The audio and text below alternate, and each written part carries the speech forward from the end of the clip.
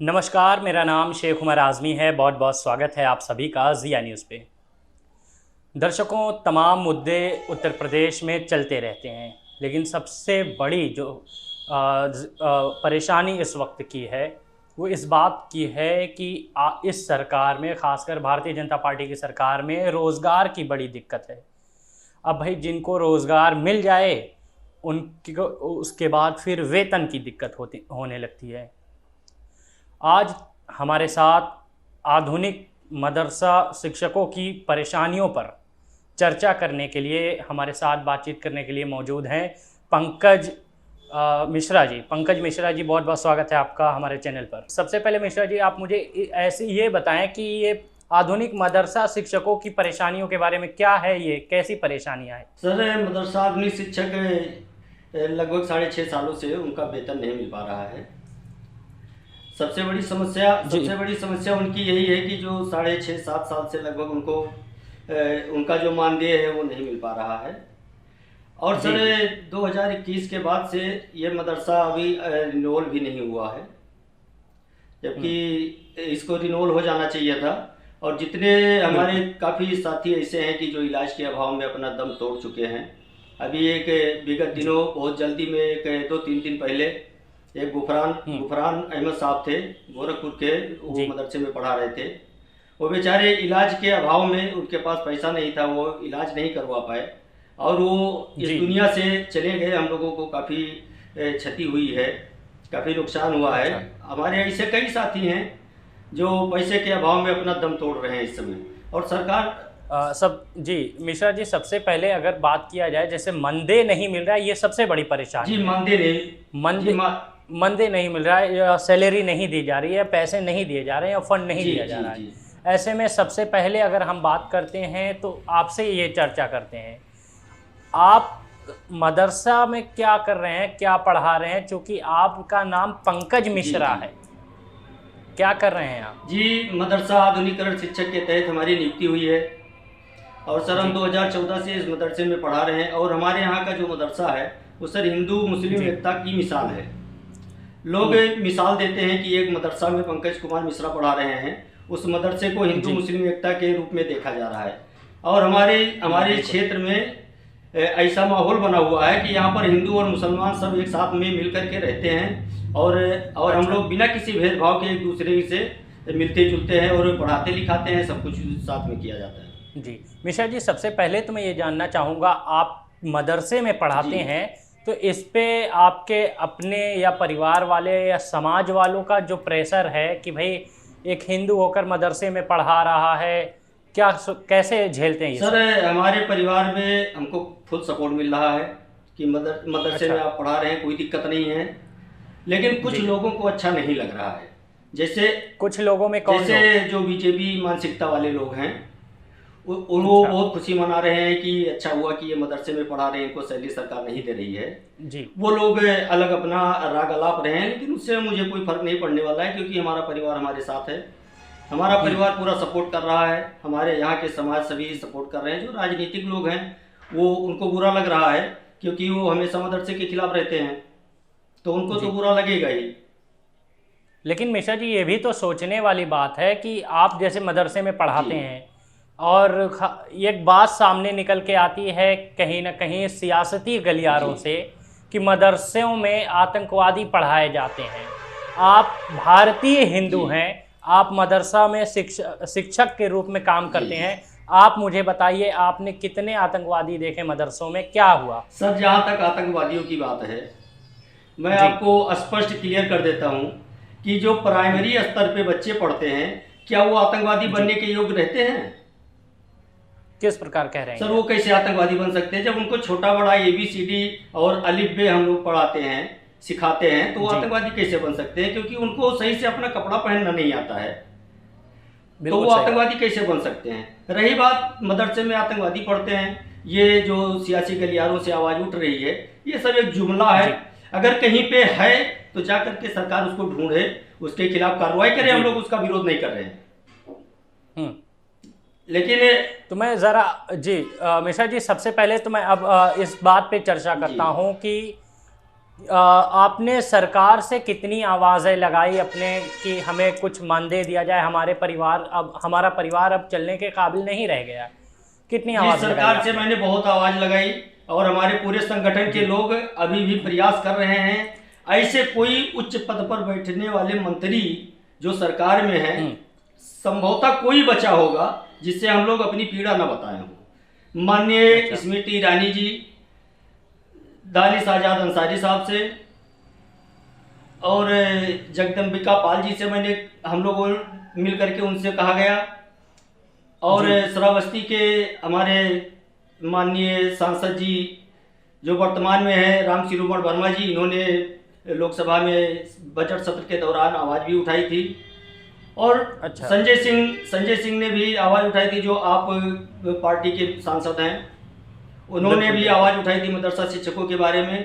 सपा के कमाल अहमद साहब है, उत्तर प्रदेश के सदस्य कमेटी में हैं, उन्होंने भी आवाज़ उठाई है। उनसे हमारी फ़ोन पे वार्ता भी हुई है, उन्होंने मुख्यमंत्री साहब को पत्र भी लिखा है। मतलब विपक्ष का साथ मिल रहा है, लेकिन बस जो सरकार में है वही सहारा नहीं बन रहे हैं, यही सरकार ना? बिल्कुल हम लोगों को नज़रअंदाज कर रही है, और हम लोगों का परिवार इस कदर पीड़ित है इस समय कि हम लोगों के जी जीविकोपार्जन के लाले पड़े हुए हैं। हम लोग किस तरह से अपना जीवन यापन कर रहे हैं हम जानते हैं, या हमारा परिवार जानता है, लेकिन सरकार अंधी हो गई है, बिल्कुल नहीं सुन रही है मदरसा शिक्षकों के बारे में।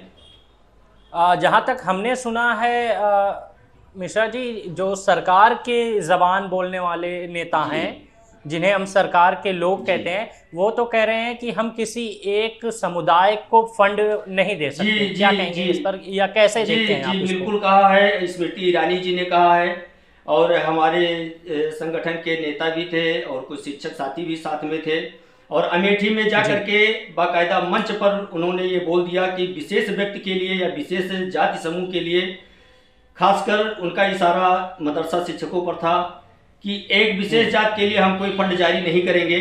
तो मैं स्मृति ईरानी जी से जी पूछना चाहता हूँ कि जब अटल बिहारी वाजपेयी जी ने 1993 में इस योजना का उद्घाटन किया था, तो अगर उनकी सोच ऐसे होती तो वो क्यों करते। और हम बिल्कुल। लोगों को बड़ी आशा थी कि बीजेपी की सरकार बनी है तो माननीय अटल बिहारी वाजपेयी जी, जो आज इस समय नहीं है इस दुनिया में, उन्होंने इस स्कीम को चालू किया है, तो माननीय नरेंद्र मोदी जी इस स्कीम को आगे बढ़ाएंगे और हम लोगों का भला करेंगे। लेकिन जी आज ये स्थिति हो गई है कि मदरसे के नाम से बीजेपी जी। को चिढ़ पैदा हो जाती है। आपने प्रधानमंत्री मोदी जी का नाम लिया, तो मुझे 2018 में उनके एक बयान 2018 में दिए गए एक बयान मेरे सामने जी आ रहा जी है सर। उन्होंने कहा कि एक हाथ में कुरान होगा और एक हाथ में कंप्यूटर जी होगा। जी आपने सुना था जी ये बयान जी प्रधानमंत्री जी हम का? लोगों के पास उसका वीडियो भी है, हम लोग रखे हुए हैं। हाँ जब कोई पूछता है कि मोदी जी ने कब कहा था, तो उस वीडियो को हम लोग दिखा करके उनके मुंह पर तमाचा मारते हैं कि देख लीजिए ये वीडियो है, मोदी जी जी ने जी। आप स्वयं कहा था। और मोदी जी ने एक नारा भी दिया था कि सबका साथ, सबका विकास, सबका विश्वास। तो जी अब मोदी जी से ये पूछना चाहते हैं, क्या मदरसा आधुनिक शिक्षक जो हैं वो सब समाज में नहीं रहते हैं, बिल्कुल। या उनका साथ नहीं चाहिए कि हम लोग उनके साथ में नहीं रहे। ये नरेंद्र मोदी जी जी खुद जानते हैं कि हम लोग उनके साथ में नहीं हैं।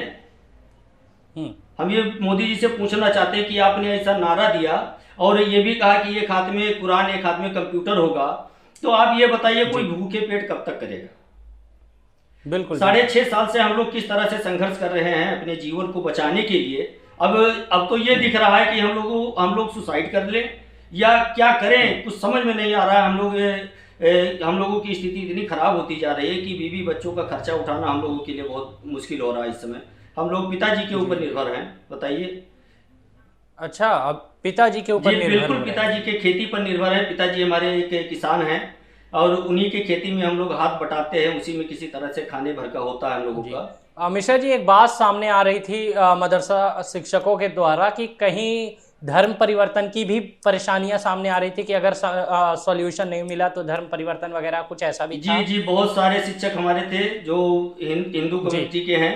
वो लोग अभी भी अपने मुद्दे पर कायम हैं, अपनी मांग वो अड़े हुए हैं कि अगर उनकी मांग पूरी नहीं होती है तो सामूहिक रूप से धर्म परिवर्तन करने के लिए बाध्य हो जाएंगे या फिर आत्मदाह करेंगे।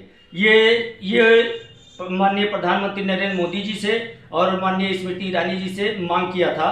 मदरसा आधुनिक शिक्षक जो हिंदू समुदाय के हैं, इन्होंने सामूहिक रूप से मांग किया था। लेकिन उसमें हुआ क्या, प्रज्ञा जी से हमारी एक डिबेट हुई इसके ऊपर, और हमारे ऊपर शासन प्रशासन का दबाव डाला गया और हमको काफ़ी डिस्टर्ब किया गया। हम लगभग 15 दिन से झेल रहे थे। हमको काफ़ी पीड़ित किया गया है इसमें, और मुझसे लिखित जवाब भी मांगा गया और मैंने जवाब भी दिया है इसके बारे में जी। और हम ये चीज़ पूछना चाहते हैं शासन प्रशासन से भी और माननीय मंत्री जी से भी, माननीय एसएसबी प्रधानमंत्री जी से भी, कि जो हमारे साथी शिक्षकों ने मिल करके ये धर्म परिवर्तन या आत्मदाह की मांग की थी आपसे, वो चीज़ आपको सुनाई पड़ गया, वो चीज़ दिख गया, लेकिन उसमें ये नहीं आपको सुनाई पड़ा कि 6.5 साल से उनका बकाया है, तो उनका बकाया दे दिया जाए। वो लोग ऐसा क्यों करेंगे? अगर उनका बकाया मिल जाता है, उनका जीविकोपार्जन शुरू हो जाता है, तो कोई चाहता है कि हम दूसरे धर्म में चले जाएं या अपनी आत्महत्या कर लें या अपना जीवन समाप्त कर लें? कोई नहीं चाहता है। तो ये चीज़ मोदी जी को सोचना चाहिए कि ये शिक्षक जितने हैं वो सब इतना पीड़ित हैं और इनका समाधान किया जाए। लेकिन हमको लगता है कि ये भी एक जुमला ही रह जाएगा।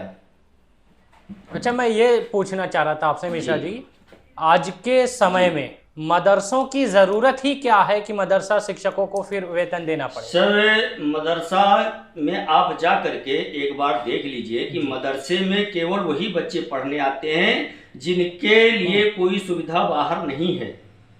सर, सभी पसमानदा समाज से आने वाले बच्चे हैं, गरीब बच्चे हैं, जिनको दोनों वक्त की रोटी नहीं मिलती है सर, वो बच्चे हमारे यहाँ पढ़ने आते हैं।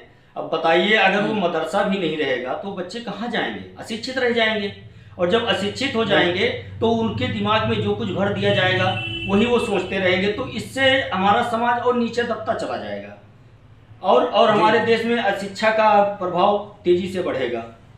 तो अगर मदरसा नहीं रह जाता है तो सर, इनको दीनी इस्लामी और इस्लामी शिक्षा और क्या कहते हैं दुनियावी तालीम से ये वंचित रह जाएंगे, और जब ये वंचित रह जाएंगे तो फिर समाज आगे कैसे बढ़ सकता है सर?